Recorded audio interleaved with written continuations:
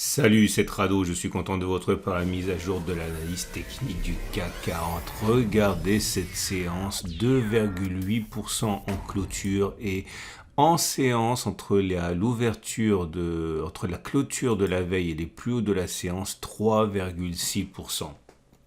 Alors, évidemment, là, il est légitime de se poser la question et de savoir si c'est terminé, si la hausse va l'emporter, que nous avons commis les plus bas, c'était en septembre, et retourner sur les plus hauts, c'est-à-dire un retour à la case départ qui serait donc 18% plus haut. Écoutez, je ne sais pas, je ne sais jamais, je ne suis pas dans le secret des dieux, mais si on regarde la situation objectivement, il semblerait que oui. Alors maintenant, c'est pas ma conviction, puisque je l'ai déjà dit, je le répète et je le répète encore, pour moi, ça fait des semaines, non, que dis-je, des mois que j'envisage le scénario d'un grand trading range comme ça.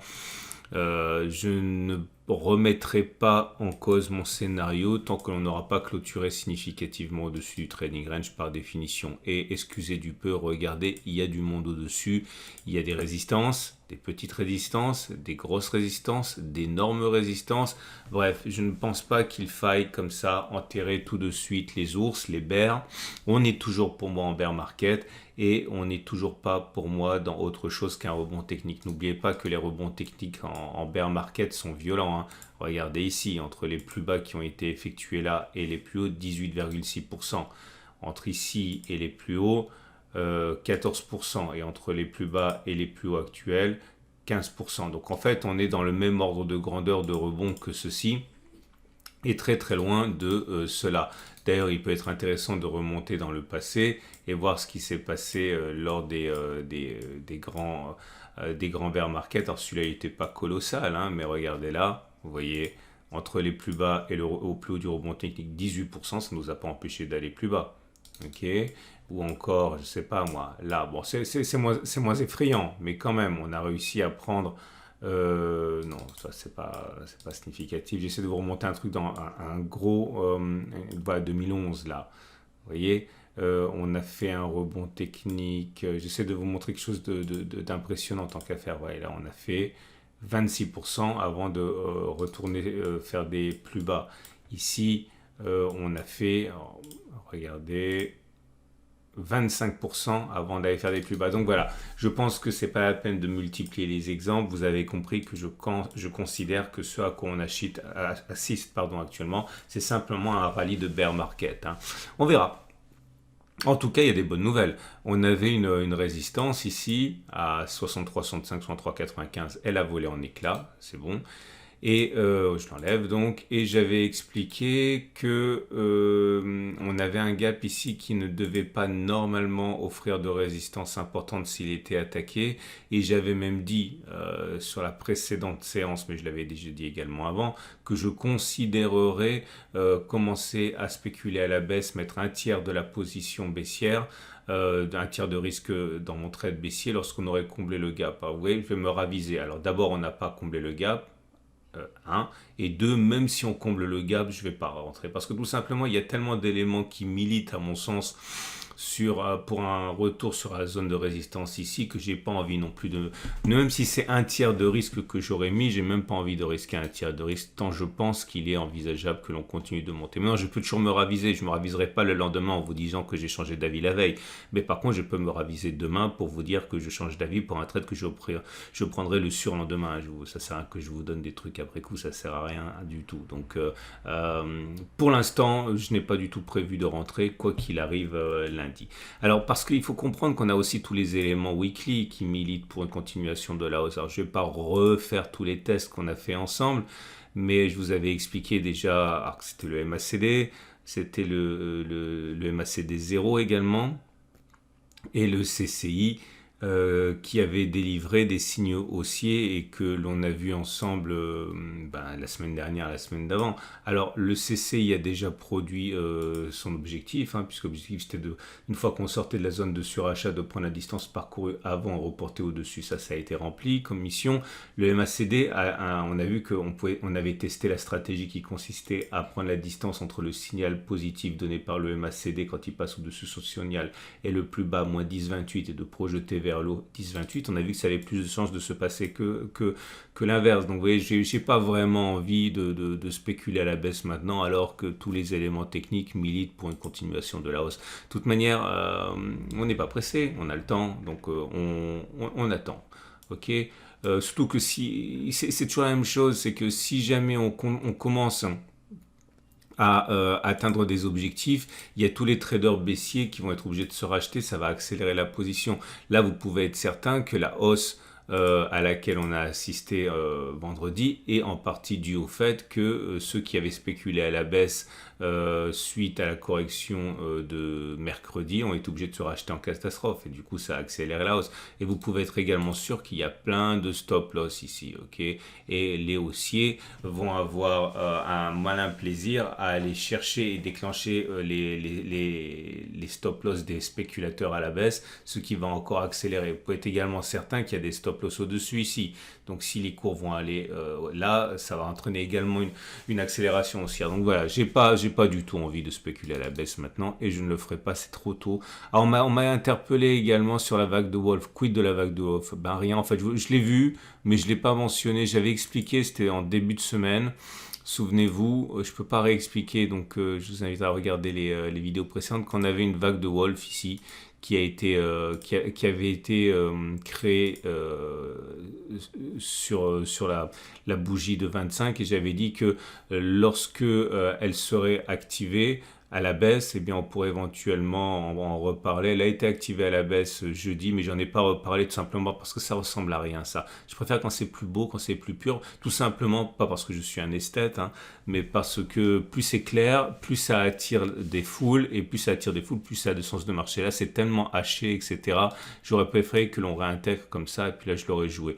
Là, j'en ai pas reparlé tout simplement parce qu'elle ne m'inspire pas confiance. Néanmoins, pour être complet, on a une autre vague de Wolf ici, hein, comme ça, ok, que je ne jouerai pas non plus, pour les raisons que j'ai évoquées. Alors statistiquement, on a déjà testé ça, ça fonctionne, hein, c'est pas la question, d'ailleurs il est possible que cela fonctionne, hein, mais voilà, j'ai tellement d'objectifs de moyen terme qui sont haussiers, et tellement de convictions, alors peut-être que j'ai tort, hein, qu'on en ira plus haut, que je le fais pas. Mais bon, ça n'empêche personne de le faire si vous avez des convictions baissières, hein.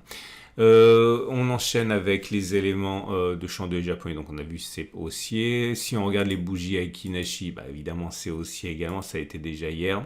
Non pardon, ça a été pas hier, mais ça l'est maintenant. Alors c'est pas extrêmement haussier, car on a une bougie verte, certes, sans mèche basse, certes, mais la mèche haute est un peu longue, hein, donc c'est pour moi pas extrêmement haussier, mais oui, et voilà, encore un bloc de Three Line Break. Et on le savait, on l'avait testé, on savait que suite à ce bloc-là qui faisait suite lui-même à une fin de corps, on avait plus de 90% d'avoir encore du vert. Ben voilà, c'est statistique, ok. N'essayez pas de chercher autre chose que des statistiques, et tant que vous tradez dans le sens des statistiques, vous avez déjà des kilomètres d'avance sur la plupart des traders qui agissent à l'intuition. Donc faites-moi confiance, fiez-vous aux statistiques, ça sera déjà un excellent début. Et ce qui m'amène donc, ah oui, on m'a interpellé sur l'étoile du matin. Alors quand vous avez un bloc rouge, enfin une bougie rouge, 1, une bougie 2 vert ou rouge, une bougie 3 verte, en plus ici avec un gap, hein, entre les bougies 1, 2, bougie 2, bougie 3, ça s'appelle une étoile du matin, et c'est un signal positif. Alors il faut savoir que ça, c'est pas une étoile du matin, parce que la première elle est pas rouge, elle est verte, hein. Alors il faut savoir que les orthodoxes me couleraient les chevilles dans un bloc de ciment avant de le jeter dans la Seine, parce qu'ils veulent que ça apparaisse en période de baisse et annonciateur d'un retournement. Oui, c'est vrai, la Vulgate dit ça. Maintenant, je vous avouerai franchement que pour avoir testé, ça fonctionne également quand c'est au milieu de nulle part comme ça. Donc il est plausible, hein, que l'on continue de monter, hein. Moi je considère que c'est un signal de continuation haussière, tout comme un signal de retournement, hein. Enfin en tout cas c'est ce que j'ai remarqué statistiquement sur le... Ah bah tiens, il y en a un là aussi, sur le CAC 40, hein. Ce qui nous amène maintenant aux éléments purement techniques. La moyenne mobile à 7 jours, elle est ascendante, on est au-dessus de la tendance immédiate et haussière. La moyenne mobile à 20 périodes, elle est ascendante, on est au-dessus de la tendance générale et haussière. Regardez une fois de plus, hein, on ne peut pas dire que les moyennes mobiles, le balai M7 M20 nous avait prévenu avec ce non-croisement aussi, on en avait parlé en son temps. La moyenne mobile à 50 jours, regardez, elle recommence à monter, donc la tendance de fond est haussière et la M200, regardez, on est au-dessus, ça y est. Et ça faisait très longtemps qu'on attendait ça. Je vous rappelle que pour l'orthodoxie des moyennes mobiles, la moyenne mobile à 200 jours, c'est le juge de paix entre la tendance de long terme baissière et la tendance de long terme haussière. Et ça y est, on est au-dessus. Alors, comme je l'explique dans mon module sur le trend following, il faut vraiment faire attention positivement à ce signal. Bon, il y a quelques précautions à prendre, hein, mais en tout cas, il faut bien commencer par quelque chose. Et n'oubliez pas quand même que là, on a eu un faux signal ici avant de sombrer.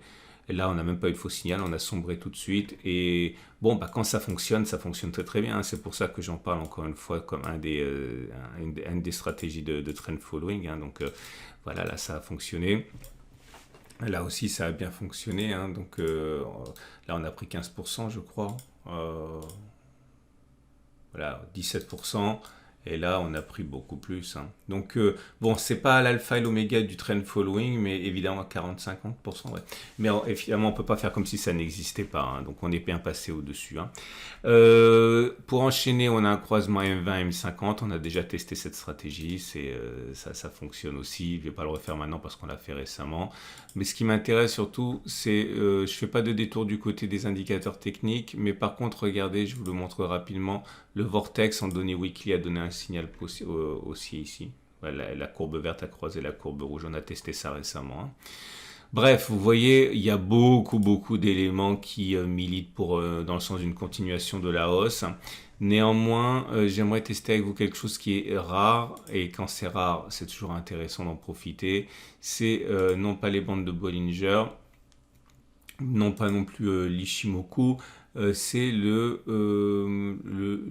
PRT Bands. Alors le PRT Bands, c'est intéressant parce que bon, c'est un indicateur qui a été créé par un bon copain à moi, Christophe de Trend France, et que vous ne pouvez obtenir que sur PRT. Donc si vous ne l'avez pas, bon, ça tombe bien, c'est gratuit, hein, mais il faut avoir quand même une plateforme PRT. Vous avez un lien en dessous de la vidéo pour tester ça. Et regardez ce qui se passe. N'oubliez pas également l'Ishimoku, je vais en parler tout de suite parce que c'est déjà sur mon graphe. N'oubliez pas que l'objectif, c'était de faire ça. Ok, aller chercher les 6503, on n'en est vraiment plus très loin. Et ça, une fois de plus, ça montrerait l'efficacité de cette stratégie que vous pouvez découvrir dans la vidéo de début de semaine dont j'ai parlé. Donc bref, je digresse beaucoup.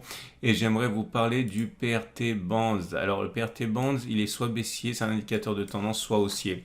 Quand c'est vert, c'est haussier. Quand c'est rouge, c'est baissier. C'est vert lorsque on clôture au-dessus des courbes. Alors, pour considérer qu'il y a une enveloppe, là, quand on clôture au-dessus de l'enveloppe, ça devient vert. Et quand on clôture en dessous de l'enveloppe, ça devient rouge. Okay, c'est très très simple, c'est très très visuel. Franchement, et on va voir comment ça fonctionne. Si on peut gagner de l'argent en achetant, comme ça s'est produit aujourd'hui, hein, en clôture au-dessus. Alors, ça a été un peu compliqué à backtester, ça a été long à backtester, mais je voulais faire les choses bien. Donc, je vais vous donner un exemple qui a bien fonctionné, voilà ici. Donc, c'était rouge, il y a 2 pouces rouges ici, vert. Pourquoi 2 pouces verts? Le premier pouce vert pour dire que on a acheté ici, on a sorti à la baisse, on a clôturé en dessous, ça s'est joué ici, il n'y a pas grand chose. 1,9% d'os. On a gagné jusqu'à 6%, 5%, mais on a été sorti ici sur plus 1,29, donc c'est un premier pouce vert parce que c'est gagnant. Et un deuxième pouce vert pour dire que lorsque le signal a été donné, on a au moins eu une clôture au-dessus. Autrement dit, il est plausible quand on clôture au-dessus que ce ne soit pas terminé. Okay, alors, je vous le remonte depuis le début. Voilà, bon, je fais défiler devant vous. Alors, par contre, on se trompe souvent, mais de peu, et quand on gagne, c'est très souvent jackpot. Hein. Ici, par exemple, vous voyez, vous avez fait 12%. Ici, non, je fais défiler. Donc, je fais défiler. Bon, là, c'est un rouge et un vert. Vous avez compris pourquoi. Parce que on est rentré ici. on est sorti là, donc on est en perte de 0,12%, donc c'est un trade perdant, mais oui, on est allé plus haut quand même, on a même fait 7%. Alors certains diront, pourquoi tu n'as pas testé combien on a gagné au mieux? Parce que c'est un autre backtest, vous pouvez le faire vous-même, c'est intéressant, mais bon, on a été très largement gagnant, mais si on tient compte simplement du moment où on est sorti, c'est un trade perdant. Mais on peut faire beaucoup mieux que ce que je vous montre là avec cet indicateur, hein. Là, c'est simplement pour ceux qui voudraient vraiment pas se prendre la tête et faire les choses le plus simplement possible. Et on va voir que, regardez cette belle progression ici, très belle progression, 15% et au mieux on a même pris 20%. Vous voyez, ça c'est l'avantage de ce backtest, c'est que quand on perd en même temps, on perd pas grand chose, hein. Enfin, la plupart du temps, on perd vraiment des clopinettes. Pas toujours, parfois on perd un peu plus, mais c'est le cas généralement. Et voilà la conclusion. Je suis désolé, la vidéo est un peu lente, un peu longue. Donc, on a gagné dans 69%, non, on a gagné dans 31% des cas et on a perdu dans 69% des cas. Autrement dit, on a perdu beaucoup plus souvent que l'on a gagné. Ok, mais ce qu'il faut retenir, c'est que en moyenne, la perte quand on a perdu est de 2,07%. Et quand on gagne, le gain est de 5,6%. Autrement dit, il y a un coefficient de 2,7 fois plus. Autrement dit, quand on gagne 2,7 fois plus que quand on perd. Donc toujours pour caricaturer, et pour, si vous n'êtes pas bon en maths, ça va vous aider à percuter. L'idée, c'est que quand on gagne, pour faire simple, eh bien, on gagne 2700 € pour un risque de 1000 €. Et quand on perd, bien, on perd 1000 €. Okay, donc on gagne 2,7 fois plus quand on gagne que quand on perd. Okay, ça veut dire quoi encore? Eh bien, ça veut dire que c'est un système qui est rentable parce que si vous avez gagné 11 fois, ok, 2700 €, ça fait 20, enfin, je ne suis pas bon en calcul mental, mais faites-moi confiance. Non, faites pas confiance parce que je suis vraiment pas bon en calcul mental. Donc, si on gagne 2700 € fois 11, ça fait 29 700. Et si on perd 24 fois, 31%, on a fait 35 fois le test et ça a échoué 24 fois. 24 fois 1000, ça fait 24 000.